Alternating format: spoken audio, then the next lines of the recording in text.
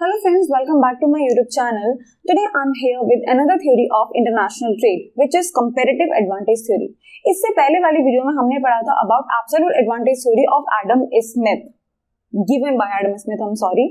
तो अगर आप लोगों ने वो वीडियो अब तक नहीं देखा है तो पहले आप जाके वो वाला वीडियो देख लीजिए, उसका लिंक मैं आपको डिस्क्रिप्शन बॉक्स में दे दूंगी. Otherwise you will not gate my point कि मैं किसके साथ इस थ्योरी को कंपेयर कर रही हूँ, बिकॉज उस थ्योरी के बाद ये उसका क्रिटिसिज्म काइंड ऑफ लगा लो, या डेविड रिकार्डो ने उसी थ्योरी के ऊपर इस थ्योरी को बोला था कि वहां पे जो ड्रॉबैक्स थे वो ये चीज को ओवरकम करेगा. तो sorry for my handwriting first, but I try to prepare some notes ताकि मुझे लिखने में बहुत ज्यादा टाइम वेस्ट ना हो. But my only purpose is to make you understand the topic, not my handwriting definitely. चलो, तो आज का हमारा जो टॉपिक है that is comparative advantage theory, which is given by David Ricardo, another economist, जिनका बुक भी था principle of political economics and taxation, of another famous book. तो अब डेविड रिकार्डो ने इस थ्योरी में बोला क्या था, देखो, comparative advantage occurs when a country can produce a good or service at a lower opportunity cost than another country. तो ये इनका था. देखो, जो एडम स्मिथ थे उन्होंने अपनी थ्योरी में क्या बोला था, उनका ये था कि जो कंट्रीज हैं वो कब जाके दोनों आपस में ट्रेड कर सकते हैं, इंटरनेशनल ट्रेड करके, और किस तरीके से वो बेनिफिट को अर्न कर सकते हैं विद द एब्सोल्यूट एडवांटेज. यानी कि दोनों कंट्री का जिस गुड में स्पेशलाइजेशन है उनको वो वाला गुड प्रोड्यूस करना चाहिए और उसी के साथ फिर वो इंपोर्ट एक्सपोर्ट करे. उससे दोनों ही कंट्रीज को बेनिफिट होगा. ऐसा नहीं होगा कि एक कंट्री जो है वो सिर्फ एक्सपेंस कर रही है, दूसरा जो कंट्री है वो सिर्फ एक्सपोर्ट किए जा रही है.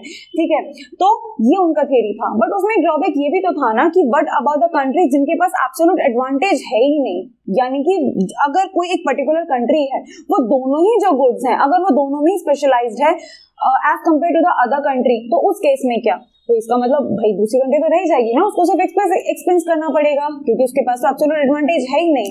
तो यहाँ पे अब डेविड रिकार्डो इस चीज के लिए बोलते हैं कि नहीं, it is not compulsory to have absolute advantage in a particular good, but हमारे लिए जरूरी है कंपैरेटिव एडवांटेज होना इन एनी गुड. अब उसका मतलब क्या है, देखो, तो यहाँ पे ये बोलते हैं कि जो कंपैरेटिव एडवांटेज है occurs when a country can produce goods और services at lower opportunity cost. यानी कि जिस कंट्री के पास जिस गुड के अंदर उसकी अपॉर्चुनिटी कॉस्ट कम होगा उसे उसके साथ प्रोडक्शन जो है वो आगे प्रोसीड करना चाहिए. तो आई थिंक पहले we should clear the meaning of opportunity cost. अभी अपॉर्चुनिटी कॉस्ट क्या होता है, देखो, foregone benefit from choosing one alternative over others.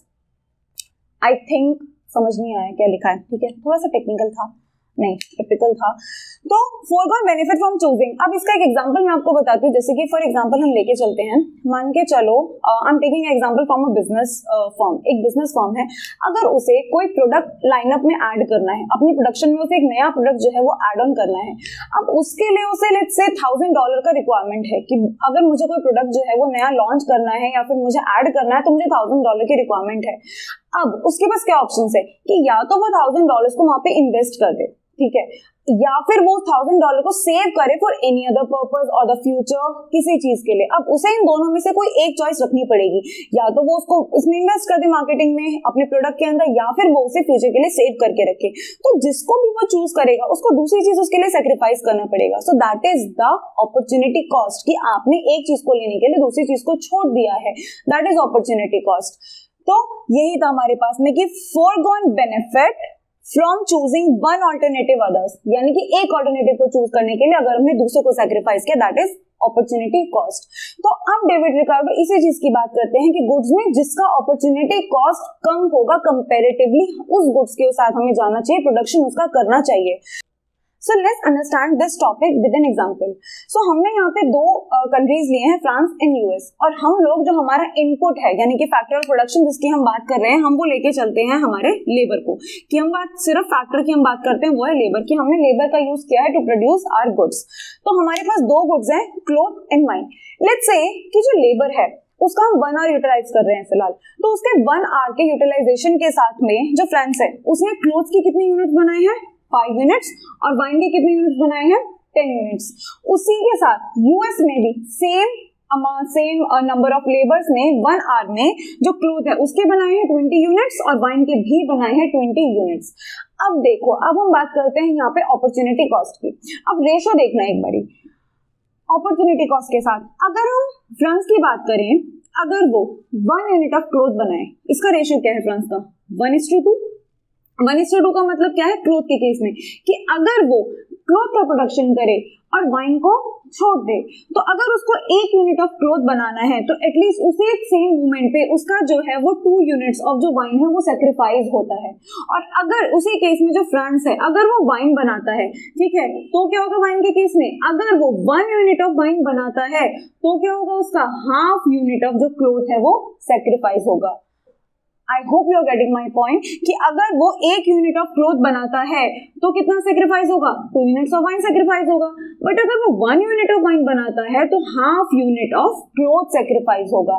उसी में अगर हम यूएस की बात करें तो इसका रेशो 1:1 है, यानी कि अगर वो क्लोथ का प्रोडक्शन करता है तो उसे 1 यूनिट ऑफ वाइन सेक्रीफाइस करना पड़ेगा, और अगर वो वाइन का प्रोडक्शन करता है तो भी उसे 1 यूनिट ऑफ क्लोथ सेक्रीफाइस करना पड़ेगा। अब देखो अपॉर्चुनिटी कॉस्ट हमने निकाला, अब कंपेयर करो, कंपैरेटिव एडवांटेज की हम यहाँ पे बात करते हैं। अब देखो अगर हम एक गुड की बात करते हैं तो किसका कंपैरेटिव एडवांटेज जो है वो कौन सी कंट्री को मिल रहा है। अब देखो अगर हम सिर्फ क्लोथ की बात करें तो फ्रांस के केस में एक क्लोथ की यूनिट को बनाने के लिए उसे 2 बॉटल्स ऑफ वाइन और 2 यूनिट्स ऑफ वाइन को सेक्रीफाइस करना पड़ रहा है। बट इन यूएस अगर हम 1 यूनिट ऑफ क्लोथ की बात करें तो हमें 1 यूनिट ऑफ वाइन सेक्रीफाइस करना पड़ रहा है, यानी कि किसका अपॉर्चुनिटी कॉस्ट कम है कंपैरेटिवली, यूएस का जो अपॉर्चुनिटी कॉस्ट है वो क्लोथ के केस में कम है। अब हम बात करते हैं वाइन के केस में, अगर हम 1 यूनिट ऑफ वाइन बनाते हैं तो हमें हाफ यूनिट ऑफ क्लोथ का सेक्रीफाइस करना पड़ रहा है। सी अगर हम 1 यूनिट ऑफ वाइन बनाते हैं half unit of cloth sacrifice हो रहा है, बट यूएस के केस में अगर हम 1 यूनिट ऑफ वाइन प्रोड्यूस करते हैं तो 1 यूनिट ऑफ क्लोथ सेक्रीफाइस हो रहा है। तो किसका अपॉर्चुनिटी कॉस्ट कम है यहाँ पे फ्रांस का, यानी कि जो वाइन है, वाइन के केस में किसका अपॉर्चुनिटी कॉस्ट कम है, फ्रांस का अपॉर्चुनिटी कॉस्ट वाइन के केस में कम है, और क्लोथ के केस में यूएस का अपॉर्चुनिटी कॉस्ट कम है। ठीक है, अब डेफिनेटली अब कौन किस यूनिट का प्रोडक्शन करेगा। अब इंटरनेशनल ट्रेड के केस में क्या होगा कि जो फ्रांस है वो करेगा वाइन का प्रोडक्शन और जो यूएस है वो करेगा क्लोथ का प्रोडक्शन, और इस केस में जो दोनों कंट्रीज हैं वो ट्रेड करके बेनिफिट को अर्न कर सकते हैं। तो ये होता है कंपैरेटिव एडवांटेज का कांसेप्ट कि एब्सोल्यूट एडवांटेज होना इज नॉट कंपल्सरी, बट आपके पास कंपैरेटिव एडवांटेज होना चाहिए। आप जिस गुड में बेटर हो दूसरे गुड के कंपैरिजन में, आपको वो पिक करके उसका प्रोडक्शन करना चाहिए। अब सीन ये है कि इस चीज के साथ में ये दोनों कैसे प्रॉफिट को अर्न कर सकते हैं। हम ये क्यों नहीं बोल सकते कि जब यूएस का दोनों ही के केस में 1 आर में with the same number of labours के साथ में जब वो दोनों ही चीजों का ज्यादा प्रोडक्शन कर रहे हैं तो फिर यूएस उसी से बेनिफिट क्यों अर्न नहीं कर लेता, क्यों उसको जो है कंपैरेटिव एडवांटेज के साथ में क्यों उसको जो है वो ये वाला ट्रेड करना है। तो अब कंपैरेटिव एडवांटेज के साथ में ये दोनों के दोनों कंट्रीज कैसे बेनिफिट को अर्न कर सकते हैं वो देखो एक बारी। So here is the topic कि दोनों की दोनों जो कंट्रीज हैं वो कंपैरेटिव एडवांटेज के साथ बेनिफिट को कैसे अर्न कर सकते हैं। तो देखो सबसे पहले आई थिंक ये वाला टॉपिक जो है वो हमने अभी पढ़ा था कि अपॉर्चुनिटी कॉस्ट, कि दोनों कंट्रीज का अपॉर्चुनिटी कॉस्ट कितना है। इसका कितना था 1:2 अगर वो क्लोथ का प्रोडक्शन करते हैं तो, और 1:1 अगर वो वाइन का प्रोडक्शन करते हैं तो। Same goes with the US जिसका 1:1 है दोनों ही केसेस में। तो हमने क्या फाइनली हमने किसके पास अपॉर्चुनिटी कॉस्ट कम था, कंपैरेटिव एडवांटेज किसमें ज्यादा था, फ्रांस के पास कंपैरेटिव एडवांटेज किसमें ज्यादा था, वाइन में। सेम यूएस के पास किसमें कंपैरेटिव एडवांटेज ज्यादा था, क्लोथ के साथ में कंपैरेटिव एडवांटेज ज्यादा था।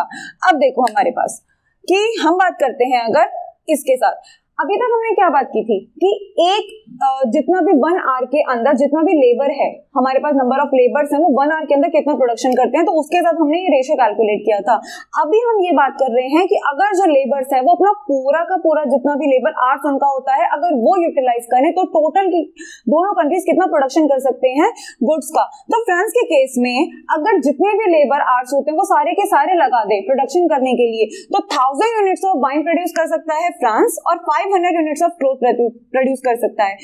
और यूएस के केस में 2000 और 2000 जो हमें पता है ऑलरेडी कि जो हमने अभी डिस्कस किया था with the ratio opportunity cost के साथ में। अब हमें पता है कि फ्रांस का जो अपॉर्चुनिटी कॉस्ट कम था वो किस में कम था, वाइन के केस में कम था, यानी कि जो फ्रांस है वो किसका प्रोडक्शन कर रहा है, वाइन का प्रोडक्शन कर रहा है और क्लोथ जो है वो इंपोर्ट कर रहा है। ठीक है, अब ये देखो ये वाला केस किसका हो सकता है, ये वाला केस किसका हो सकता है, समझते हैं। देखो सबसे पहले हम बात कर रहे हैं फ्रांस के केस में।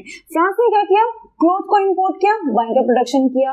अब रिकॉल करो उस मूवमेंट को जब भी हमने ये पढ़ा था कि यूएस के केस में जो अपॉर्चुनिटी कॉस्ट के साथ हम बात कर रहे थे वो कम है, बट उसका जो है वो एक्सचेंज रेशियो कितना है, 1:1 का एक्सचेंज रेशियो है ना। जो फ्रांस है वो क्या कर रहा है, वो क्लोथ को इंपोर्ट कर रहा है, तो इसका 1:1 का रेशियो है। यानी कि जब यूएस फ्रांस को क्लोथ देगा, 1 यूनिट ऑफ क्लोथ देगा, तो साथ में 1 यूनिट ऑफ वाइन लेगा, क्योंकि 1:1 है। अभी देखो इसका कितना हो रहा है, 500 यूनिट्स ऑफ क्लोथ का प्रोडक्शन कर रहा है, बट अब इसका 1000 यूनिट ऑफ वाइन है। अगर ये यूएस को 1000 यूनिट्स ऑफ वाइन देता है तो as per the ratio of US 1:1 की 1000 यूनिट्स ऑफ वाइन के केस में वो उसको 1000 यूनिट ऑफ क्लोथ देगा। 1:1 का रेशियो है कि 1000 यूनिट ऑफ वाइन गए और 1000 यूनिट ऑफ जो क्लोथ है वो फ्रांस के पास आ गए। यानी कि जो फ्रांस है जो 500 यूनिट्स का प्रोडक्शन कर रहा था क्लोथ्स का, अभी इस इंटरनेशनल ट्रेड के केस में कंपैरेटिव एडवांटेज के साथ में उसको कितना क्वांटिटी ऑफ क्लोथ रिसीव हो गया, 1000 यूनिट्स ऑफ क्लोथ जो है वो उसको रिसीव हुआ, जहां पे वो 500 का प्रोडक्शन कर रहा था। यानी कि इसको इतना जो है, ये वाला जो अमाउंट है, ये वाला जो रेशो है और अमाउंट है, या फिर जो ये वाला डिस्टेंस है, गैप है, वो क्या रिप्रेजेंट कर रहा है, वो इसका पोटेंशियल गेन रिप्रेजेंट कर रहा है, जो बेनिफिट इनको हुआ इंटरनेशनल ट्रेड से। जहां वो 500 यूनिट ऑफ क्लोथ का प्रोडक्शन कर रहा था, वहां पे कंपैरेटिव एडवांटेज में इंटरनेशनल ट्रेड के साथ में उसको 500 से 1000 जो यूनिट्स हैं ऑफ क्लोथ मिला। Same with the US. अब यूएस के केस में क्या था, देखो ये क्या कर रहे हैं, क्लोथ का प्रोडक्शन कर रहे हैं 2000 यूनिट ऑफ क्लोथ, और क्या कर रहे हैं, वाइन जो है वो एक्सचेंज कर रहे हैं, यानी कि वाइन का इंपोर्ट कर रहे हैं। अब जो फ्रांस है उसके में कितना था, 1:2, यानी कि अगर वो यूएस के केस में अगर वो क्लोथ जो है वहां पे देंगे तो उन्हें क्या मिलेगा, 2 यूनिट्स ऑफ वाइन मिलेगा, क्योंकि रेशियो कितना था, 1:2 का रेशियो था। अभी तक ये क्या कर रहे थे, 2000 यूनिट ऑफ वाइन का क्लोथ का प्रोडक्शन कर रहे थे। लेकिन अगर वो फ्रांस के साथ एक्सचेंज करते हैं तो जब ये फ्रांस को 2000 यूनिट ऑफ क्लोथ देंगे तो इनको मिलेगा कितना, 4000 यूनिट ऑफ वाइन मिलेगा। क्यों, क्योंकि 1:2 का रेशियो था, यानी कि अगर वो 1 यूनिट ऑफ क्लोथ देते हैं तो 2 यूनिट्स ऑफ वाइन उनके पास में आने वाला है। तो अभी तक प्रोडक्शन कितना हो रहा था, 2000 यूनिट्स का, और इंटरनेशनल ट्रेड के बाद कंपैरेटिव एडवांटेज कितना हुआ, 4000 का। तो जो ये वाला डिस्टेंस है, ये वाला, ये क्या है, वो यूएस के केस में उसका एडवांटेज है, उसका बेनिफिट है। सो आई होप कि आपको ये वीडियो समझ आया होगा, अच्छा लगा। कोई भी डाउट होता है तो आप प्लीज मुझे कमेंट सेक्शन में लिख के बता दीजिएगा। I try to solve your query as soon as possible. Thank you so much for watching my video. Bye bye. Thank you. And yes, like, share and subscribe. Definitely. Bye bye. Thank you.